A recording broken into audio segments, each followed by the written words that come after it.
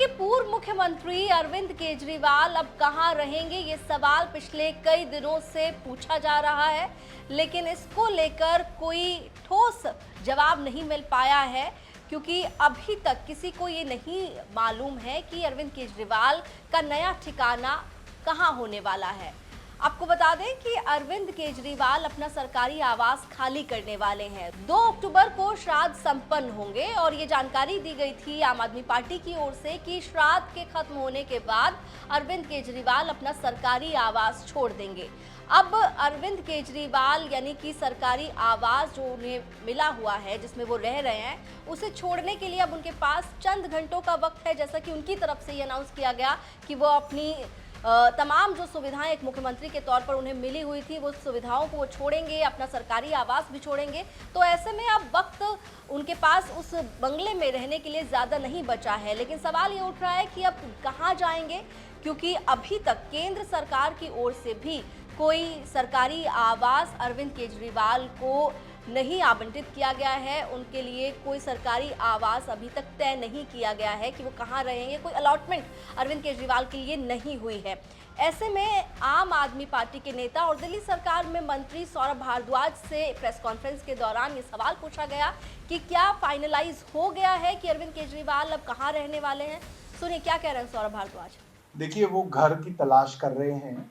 बहुत सारे हमारी पार्टी के कार्यकर्ताओं ने, नेताओं ने, जनता के अंदर उनके शुभचिंतकों ने अपने अपने घर के लिए उनको जो है पेशकश की है कि आप हमारे घर में आके रहिए।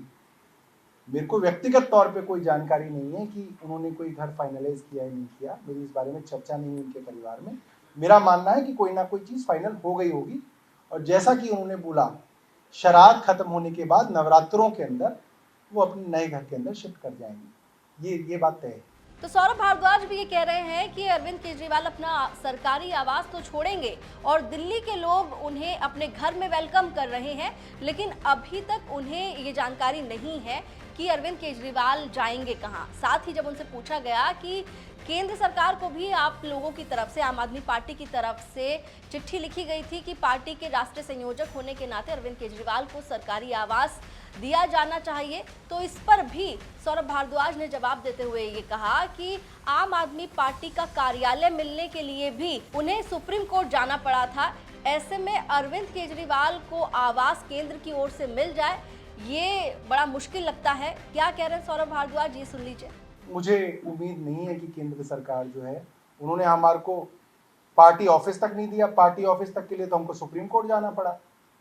तो ऐसी केंद्र सरकार जो एक राष्ट्रीय पार्टी को ऑफिस तक नहीं देना चाहती, उस केंद्र सरकार से आप ये उम्मीद करें कि वो राष्ट्रीय अध्यक्ष को एक घर दे देंगे, ये तो बहुत बड़ी उम्मीद है।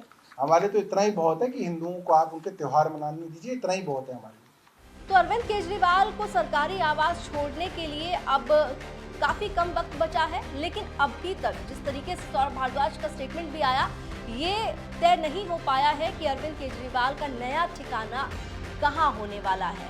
आम आदमी पार्टी की तरफ से देखना होगा इस बारे में कोई और जानकारी दी जाती है। उनकी ओर से जैसे ही अरविंद केजरीवाल के आवास को लेकर कोई जानकारी साझा की जाएगी, वो हम आपके साथ जरूर साझा करेंगे।